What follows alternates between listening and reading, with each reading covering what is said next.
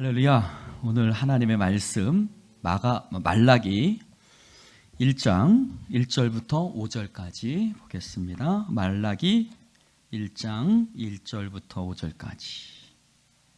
자, 우리 함께 교독해서 읽겠습니다.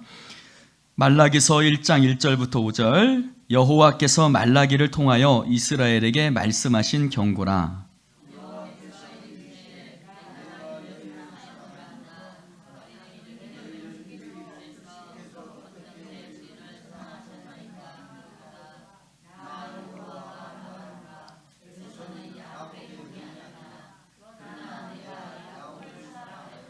에서는 미워하였으며 그의 산들을 황폐하게 하였고 그의 산업을 광야의 이리들에게 넘겼느니라.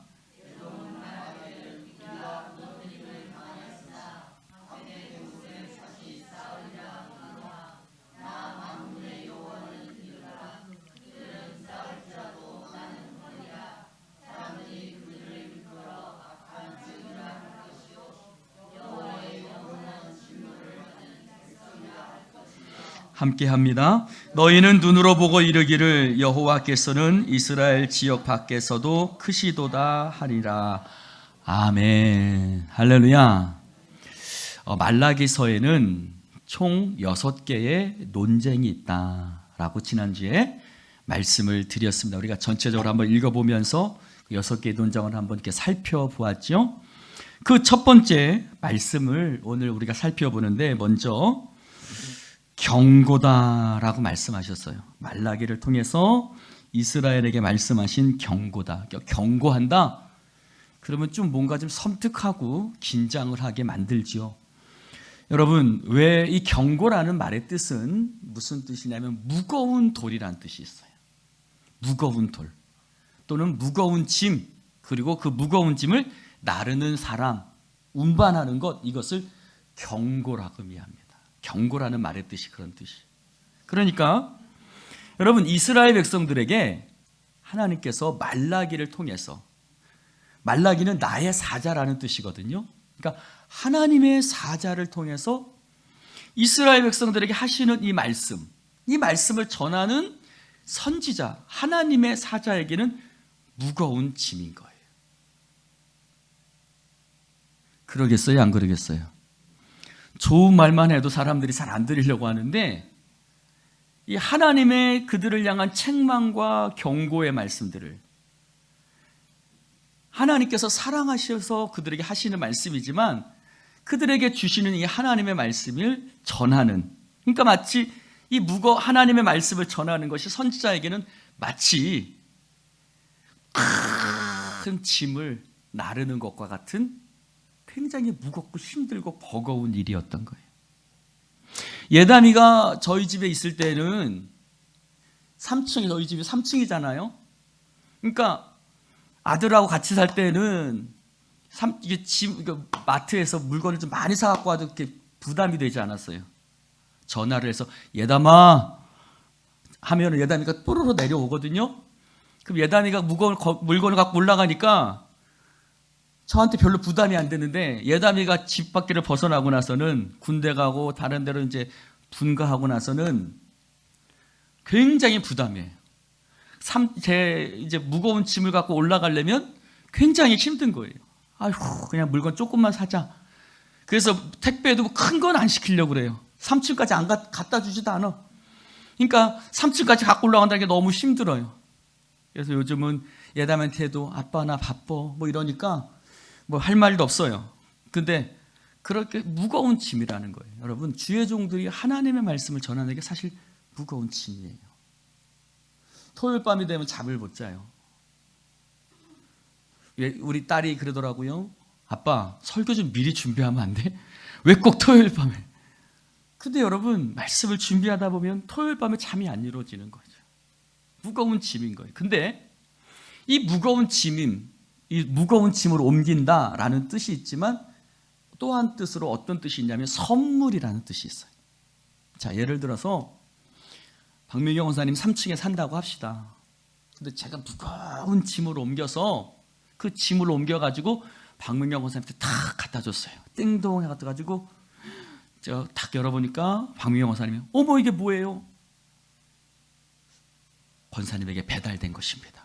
탁 열어보니까 박명영 권사님에게 주는 하나님의 선물이 딱 있는 거예요. 그러니까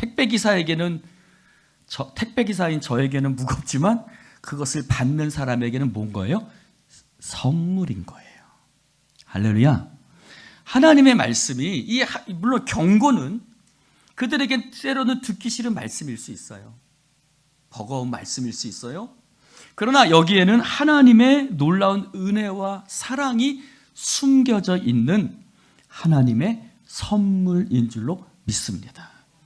그러므로 여러분, 주의 종을 통해서 선포하는 말씀이 물론 주의 종에게는 무거운 짐이겠지만 그것을 듣는 하나님의 백성들의 입장에서는 선물인 거예요. 그래서 여러분, 하나님의 말씀을 귀 기울여 들을 수 있기를 주님의 이름으로 축원을 드립니다. 여러분, 말라기서의 핵심은 뭘까요? 하나님의 회복이에요. 하나님께서 너희들을 회복시키실 것이다 라는 그런 말씀인 거예요. 그런데 그들은 하나님의 회복하심에 대해서 믿지 않아요. 왜 그렇죠? 하나님의 선지자들을 통해서 선포된 하나님의 말씀이 그들 가운데 이루어지지 않았기 때문에 그 약속이 성취되어지지 않는 거예요. 여러분, 주의 종이 선포되는 말씀이 물론 하나님이 이루시지만 그것이 내 삶에 이루어지지 않을 때, 내 삶은 여전히 팍팍하고 힘들 때, 그때 하나님의 약속에 대한 어떤 기대나 희망이 사라지죠. 체념이 생겨버려요. 여러분, 신앙에서 가장 위험한 게 체념이에요. 그래, 내가 교회는 나가긴 나오는데 더 이상 내가 하나님 앞에 무슨 신앙에 희망이 있겠어? 내 신앙에 무슨 뭔가 더 내 삶에 뭐 나아질 게 있겠어? 라는 체념. 하나님의 임재하심과 하나님의 역사하심에 대한 체념. 그래서 세상을 보면 오히려 악한 자가 더 잘 되고 하나님의 말씀을 따라 행하는 것이 내게 아무 도움이 되지 않는 거예요. 하나님의 말씀을 따라 살아가는 것이 내게 어떤 도움도 되지 않을 때 체념이 되는 거죠. 그래서 하나님은 말라기를 통해서 말씀하시는 거예요. 첫 번째 말씀이 뭐예요? 내가 너를 사랑하노라. 자, 정확하게 말하면 내가 너희를 사랑하였노라. 과거예요? 현재예요? 과거죠. 하나님이 지금까지 너희들을 사랑해왔다고 그래요. 여러분, 그러면 하나님께서 너희들을 사랑한다, 하나님께서 이스라엘 백성을 사랑하신다는 의미가 무엇일까? 성경 속에서 우리가 한번 그것을 확인해 봐야 돼요. 하나님이 이스라엘을 사랑하신다고 말할 때 어떤 뜻일까? 라는 거예요. 여러분, 하나님의 사랑이 어떤 걸까요? 여러 가지가 있지만 성경이 말하는 하나님의 사랑은 무엇이냐? 자, 신명기서 우리가 한번 몇 군데만 찾아봅시다. 신명기서 4장 37절을 보세요. 같이 한번 읽어봅시다. 신명기 4장 37절 시작. 여호와께서 내 조상들을 사랑하신 고로 그 후손인 너를 택하시고, 하나님이 너희들을 사랑하셨다. 그래서 그 사랑으로 너희들을 어떻게 하셨다? 택하셨다. 그리고 큰 권능으로 친히 인도하여 애굽에서 너희를 구원하셨다. 너희들을 택하시고 구원하셨다. 건져내셨다는 게 구원하신다는 말씀이죠. 하나님의 사랑은 뭘까? 하나님의 사랑은 하나님의 선택이에요. 그리고 하나님 선택하셔서 우리들을 그 가운데서 건져내어 주시는 것이 바로 성경에서 말하는 사랑인 거예요. 할렐루야. 신명기 또 한 군데는 찾아봅시다. 신명기 7장 8절. 신명기 7장 8절. 자, 시작. 여호와께서 다만 너희를 사랑하심으로 말미암아 또는 너희의 조상들에게 하신 맹세를 지키려 하심으로 말미암아 자기의 권능의 손으로 너희를 애굽에서 너희를 인도하여 내시고 너희를 그 종되었던 집에서 애굽 왕 바로의 손에서 건져낸다, 구속한다, 속량한다 같은 말이에요. 구원한다. 다 같은 말. 속량, 값을 치르고 건져내는 것이 속량이죠. 13절도 보세요. 13절 시작. 곧 너를 사랑하시고 복을 주사 너를 번성하게 하시되 내게 주리라고 내 조상들에게 맹세하신 땅에서 내 소생에게 은혜를 베푸시며 내 토지 소산과 곡식과 포도주와 기름을 풍성하게 하시고 내 소와 양을 번식하게 하시리니. 아멘. 그러니까 우리는 번식과 풍성의 의미를 두지만 하나님의 사랑의 의미는 그것이 아니에요.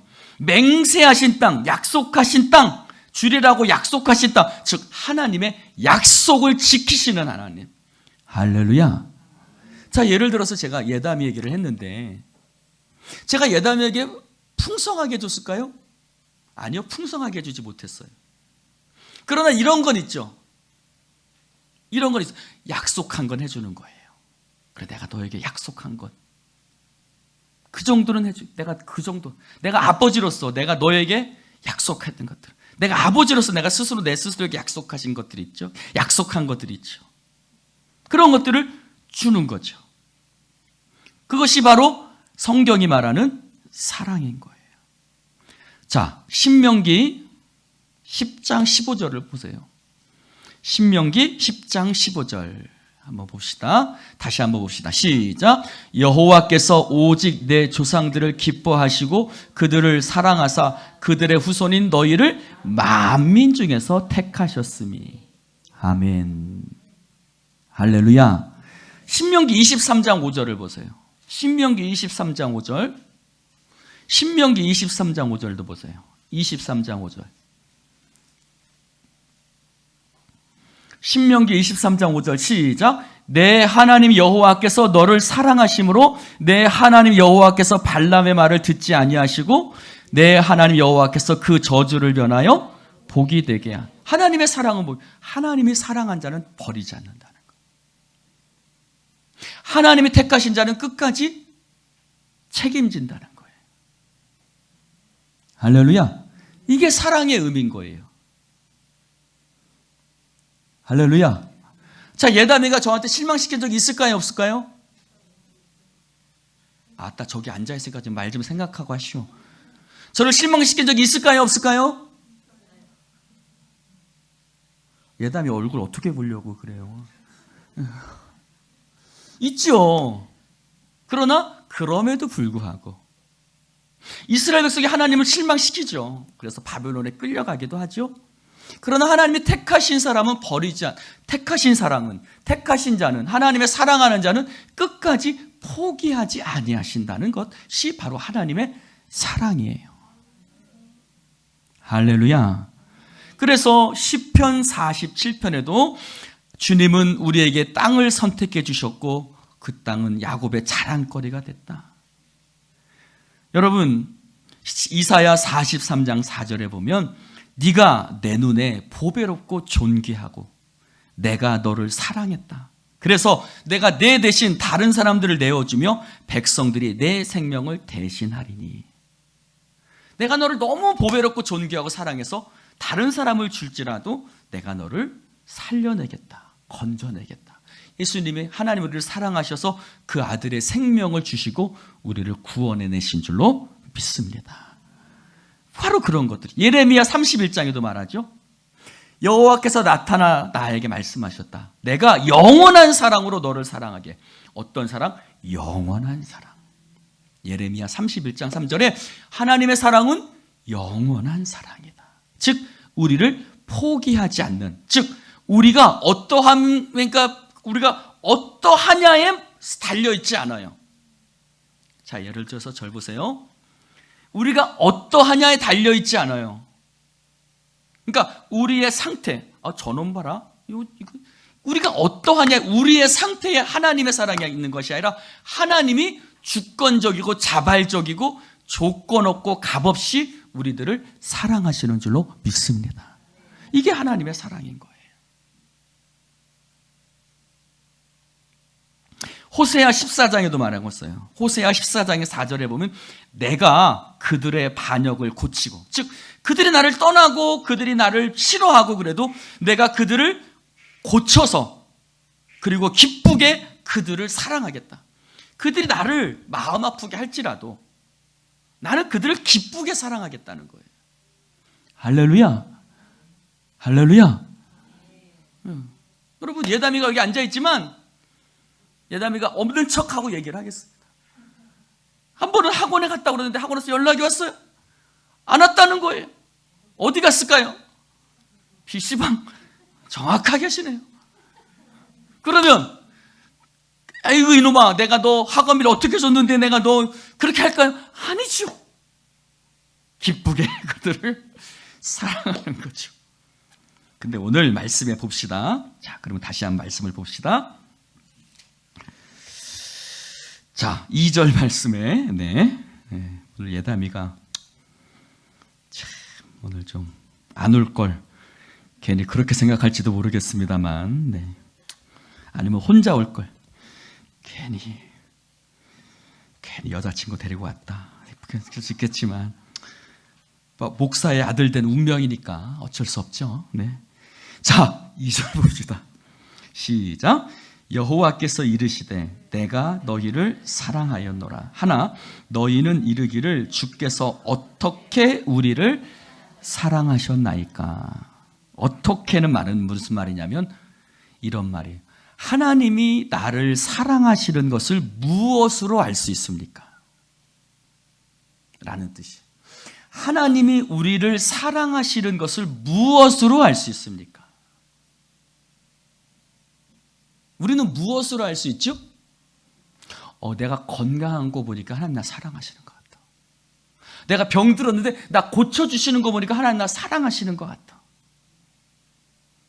하나님이 내 사업을 축복해 주시는 거 보니까 하나님 나를 사랑해 주시는 것 같아.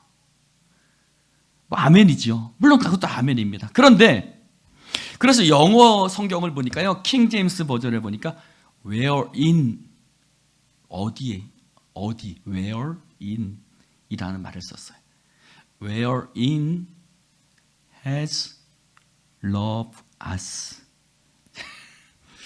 이렇게 영어 발음이 안 좋아요. 하나님이 우리를 사랑하시는 것이 wherein, 어디에 있습니까? 어디에 있습니까? 무엇으로 알 수 있습니까? 무엇으로 드러납니까? 라는 거예요. 이 질문 속에서 그들은 현실을 살아가는 삶 속에서 하나님을 향한 불만이 있죠. 예를 들어서 하나님이 나를 사랑하신다면 이런 게 있어야지 라는 기준이 있는 거예요. 그렇죠? 하나님이 나를 사랑하신다면 내 삶이 풍성해져야지. 뭔가 있어야지 하지 않을까요? 하나님 나를 사랑하신다면 이럴 수 있어요? 라는 거예요. 사랑의 증거를. 여자들이 하는 말이죠. 당신이 나를 사랑한다면 증거를 보여봐. 증거를. 이스라엘도 똑같이 증거가 뭐야 하나님? 도대체 무엇으로 알 수 있어요? 확증 어떻게 삭증? 하나님 어떻게 우리를 사랑하셨습니까? 라고 반문하는 거예요. 하나님 약속도 안 지키시고 우리 잘 산다고 해주고 약속도 안 지키고 고생만 실컷 시키고 하나님 우리를 사랑하시지 않았잖아요 라고 얘기하는 겁니다. 그들에게 불을 주시고 그들에게 어떤 일을 행하시고 그런 것만 마치 하나님께 사기당했습니다. 이렇게 얘기하는 거예요. 내가 당신이 날 사랑하는 줄 알고 결혼했는데 내가 사기를 당했어. 사기를 라고 얘기를 하는 것과 비슷한 거죠. 그런데 하나님의 대답은 뭘까요? 나 여호와가 말하노라. 에서는 야곱의 형이 아니냐. 그러나 내가 야곱을 사랑하였고 에서는 미워하였으며. 하나님 이렇게 말씀하세요. 에서는 야곱의 형이 아니냐. 형제 관계를 이렇게 얘기를 해요. 즉 형제라는 말은 뭐예요? 에서나 야곱이나 똑같다는 거예요. 같은 뱃속에서 나왔으니까요. 같은 뱃속에서 나왔으니 뭐 집안이고 뭐고 비슷한 거예요. 즉 조건 없다는 거예요. 하나님의 선택은 조건도 없고 자격도 없고 아무것도 없다는 거예요. 그냥 하나님의 주권적인 선택이란 뜻이에요. 할렐루야. 그냥 하나님의 결정이에요. 왜 하나님이 야곱을 선택하셨 몰라요. 우리는 왜 하나님 나를 선택하셨습니까? 왜 나 같은 자를 부르셨습니까? 몰라요. 다만 우리는 하나님의 사랑이라고 밖에 말할 수밖에 없어요. 왜 나를 사랑하셨는지 이해가 안 돼요. 여러분, 말할 수 있어요? 하나님이 왜 나를 선택하셔서 나를 구원해 주셨는지. 난 알 수 없도다. 알 수 없어요. 로마서 9장에 말하고 있죠. 그 자식들이 아직 나지도 아니하고 무슨 선이나 악을 행하지도 아니했는데 택하심을 따라 되는 하나님의 뜻이 행위로 말미암지 않고 오직 부르시는 이로 말미암아 서게 하려 함이라. 리브가에게 이르시되 큰 자가 어린 자를 섬기리라. 야곱을 사랑하고 에서는 미워하여 담과 같으니라. 그런즉 우리가 무슨 말하리요? 하나님께 불의가 있느냐? 그럴 수 없다. 내가 궁휼히 여길 자를 궁휼히 여기고 불쌍히 여길 자를 불쌍히 여기리라. 하나님 말씀하셨다. 그런즉 원하는 자로 말미암음도 아니고 다른 박제라는 자로 말미암음도 아니고, 즉 내가 원해서도 아니고 내가 열심히 써서도 아니고 뭐라고요? 오직 궁휼히 여기시는 하나님으로 말미암음이라. 오직 하나님 우리를 궁휼히 여시고 불쌍히 여기셨기 때문에 하나님 우리를 선택하신 것이지 그 외에 어떤 이유도 없습니다. 할렐루야. 화가 박영이라는 사람이 쓴 글이 있어요. 그 박영이라는 사람이 쓴 글에 보면 그분이 자기 어릴 적 이야기를 하고 있어요.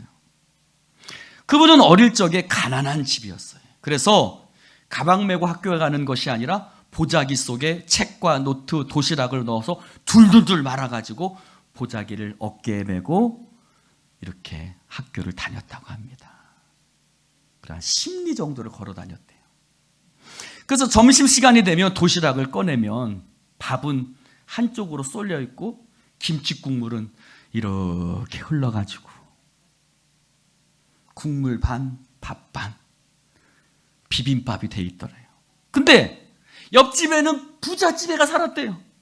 옆집에는 부잣집애가 살아가지고 멸치볶음에 깨가 잔뜩 들어가 있는, 그 멸치볶음에 깨가 묻어있는 그 쌀밥을 사왔대요. 쌀밥을. 그래서 이 사람의 소원은 뭐였냐면 쌀밥에 멸치볶음을 먹어보는 게, 내가 쌀밥과 멸치볶음을 먹어보는 게 이 사람의 소원이었대요. 그래서 나도 아버지처럼 가난하지 말고 나도 열심히 공부해서 부자가 돼서 배불리 쌀밥에 멸치볶음 먹어야겠다 생각을 했대요. 근데 선생님이 3학년 때 선생님이요 들어와서 이렇게 말씀하시더래요. 야, 아들아, 무엇을 먹을까, 무엇을 마실까, 무엇을 입을까 염려하지 말라. 오직 하나님께 모든 것을 맡기라. 하나님이 너희 모든 것을 채워주시리라.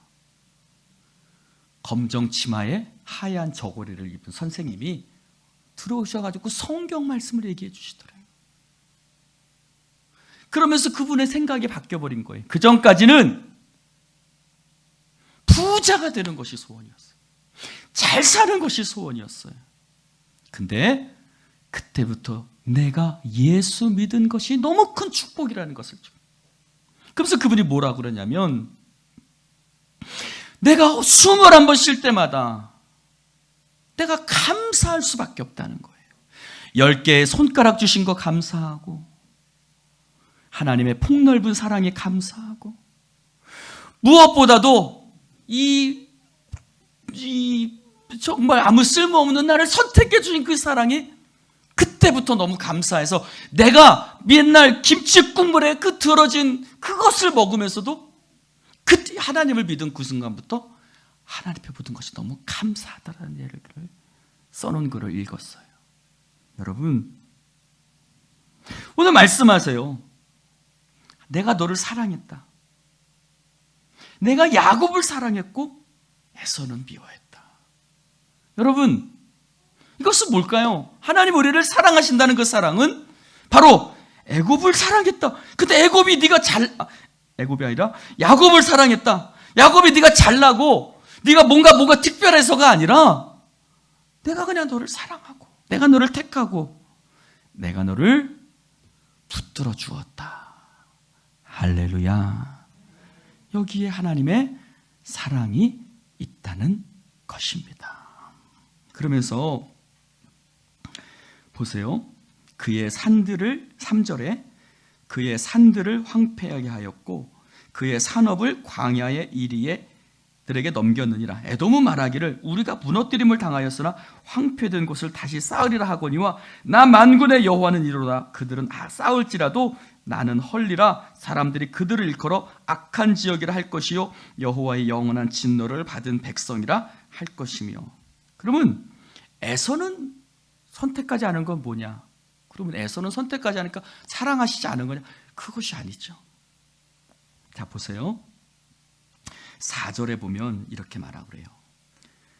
사람들이 그들을 일컬어 악한 지역이라. 어떤 지역이요? 악한 지역이라고 표현해요. 악한 지역이라는 표현은 하나님께서 이스라엘 백성들의 죄악을 이야기할 때도 같은 단어를 쓰세요. 즉 이웃에게 긍휼을 베풀지 않고 폭력을 행하되 끝까지 분을 풀지 않고 그들은 그 형제인 야곱을 이스라엘 백성을 멸망시키기 위해서 굉장히 수단 방법을 가리지 않는 사람들이었죠. 그러니까 에서를 미워했다는 것은 그들의 삶이 하나님 앞에 온전치 못했던 그런 모든 사람들을 얘기하는 것이죠. 그러면서 뭐라고 말씀하시냐면 그들은 쌓을지라도 나는 헐리라. 즉 다시 일어설 수 없는 거예요. 재기가 불가능한 거예요. 그런데 보세요. 내가 야곱을 사랑하였다라는 말 속에는 어떤 의미가 있어요? 하나님께서 이스라엘 백성들이 하나님을 떠나 바벨론의 포로로 끌려갔을지라도 하나님이 그들을 다시 붙드시고 이끌어내셨던 것처럼. 그래서 하나님의 선택적인 사랑에는 3가지 의미가 있어요. 첫 번째로 전혀 택할 가치가 없는 자를 택하셨다는 의미예요. 사랑할 가치도 없고 사랑할 이유도 없고 오히려 하나님 앞에서 원수 같은 자일지라도 하나님께서 긍휼히 여기시고 택하여 주셨다라는 그런 의미인 거예요. 그리고 2번째 의미는 한 번 택함 받는 자는 절대로 버리시지 않는다라는 의미예요. 여러분, 택함 받은 자일지라도 본성이 바뀌어야 안 바뀌어요? 우리가 하나님 앞에 택함 받았지만 우리가 본성이 바뀌어야 안 바뀌어요? 우리 여전히 죄를 저질러야 안 저질러요? 저질러요. 이스라엘 백성들도 그랬죠? 하나님의 택함을 받았지만 여전히 계속해서 하나님 떠나고 하나님 마음 아프게 하고 하나님 배반하고 그들은 여전히 죄악 가운데 있었어요. 그럼에도 불구하고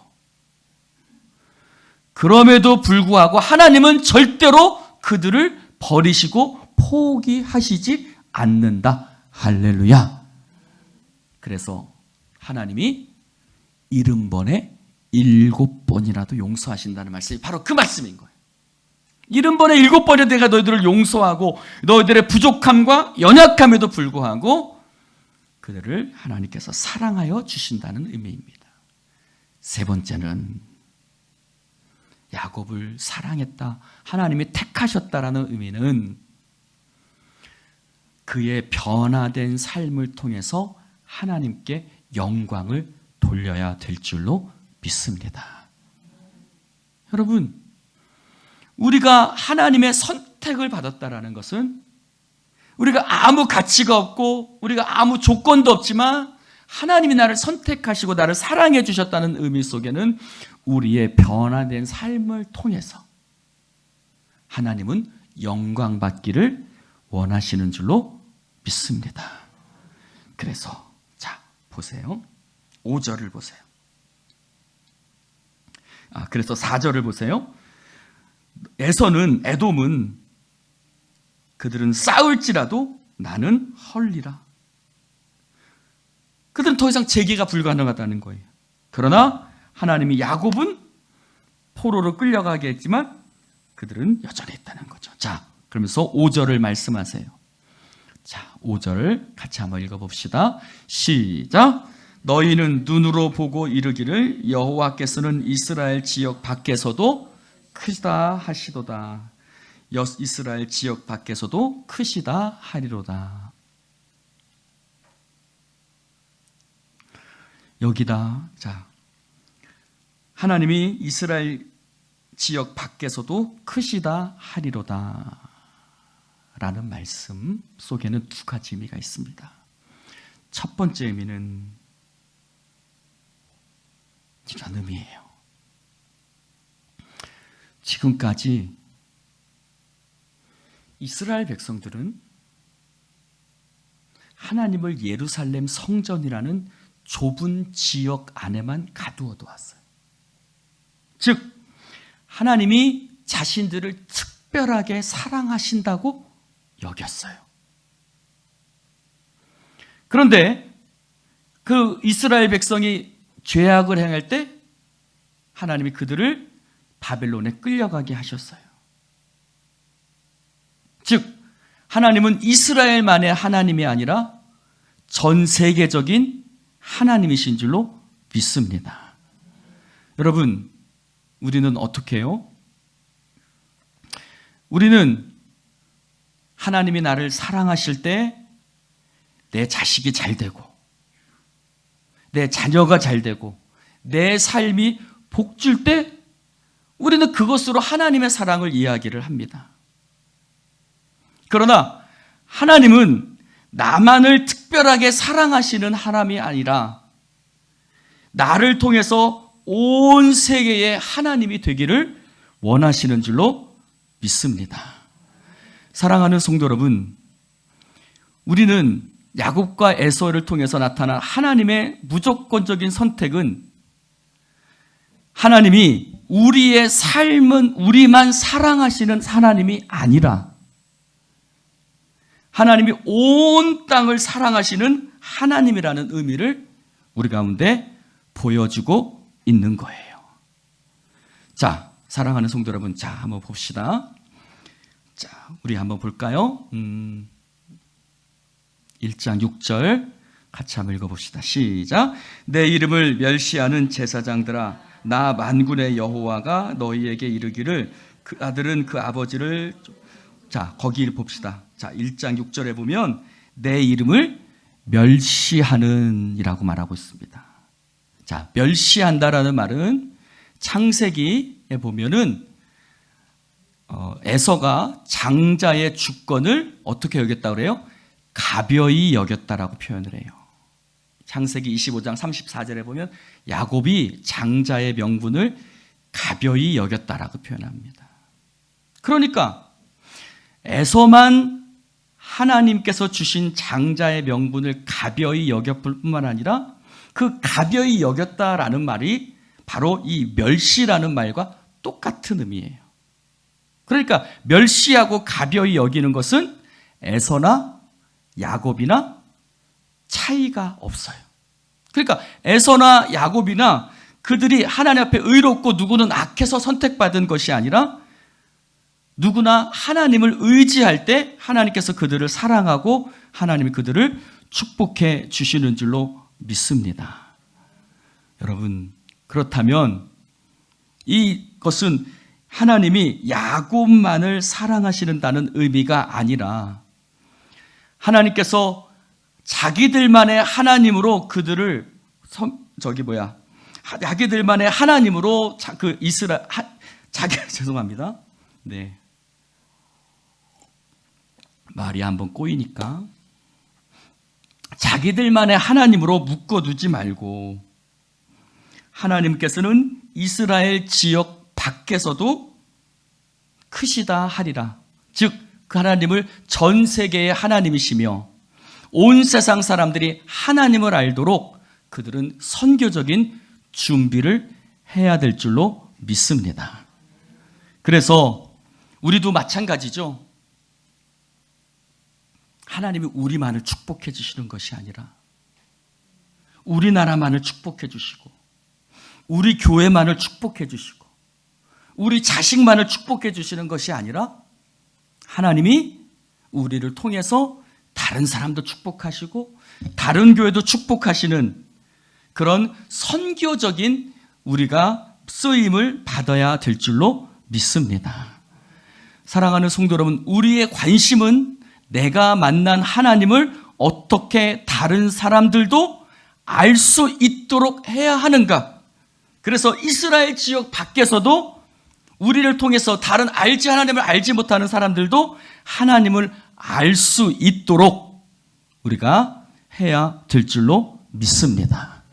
그래서 우리 교회만 크게 되고 우리 집만 크게 되고 우리 자식만 잘 되고 이것이 우리의 목적이 되어서는 안 됩니다. 그래서 이스라엘 백성들은 자기들이 복받고 자기들이 잘 사는 것에만 관심을 가졌죠. 우리도 마찬가지예요. 우리 교회만 잘 되고 우리 자식만 잘 되는 것이 아니라 우리를 통해서 온 세상 사람들이 하나님을 알게 되고 하나님의 사랑을 깨닫는 것에 우리는 관심을 가져야 될 줄로 믿습니다. 이것이 바로 그들을 향한 하나님의 사랑이라는 거예요.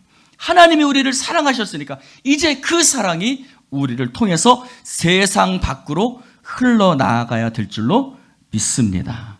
나의 집을 축복해 주시기를 위해서 기도할 뿐만 아니라 우리의 집에 축복이 이제 모든 자녀들과 모든 이웃들에게 흘러가서 하나님께서 이 땅과 이 민족을 축복해 주시는 도구가 될 수 있기를 주님의 이름으로 축원을 드립니다. 기도합시다.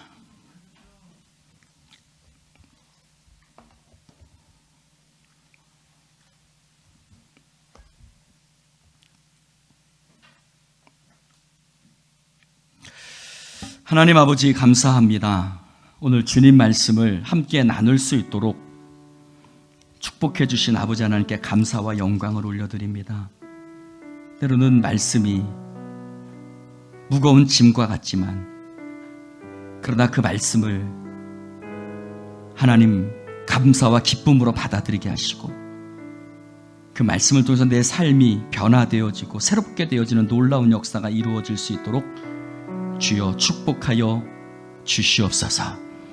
내가 무엇이기에 나를 택하셨나이까? 하나님이 언제 어떻게 우리를 사랑하셨습니까? 되묻는 이스라엘 백성들처럼 우리도 하나님 앞에 하나님 언제 우리를 사랑하셨습니까? 라고 되묻고 있진 않습니까? 현실과 물질에 하나님의 사랑의 척도를 두고 있지는 않습니까? 주님, 이 시간 우리를 향한 하나님의 사랑이 이웃을 향해서 흘러 넘치게 하여 주시옵소서.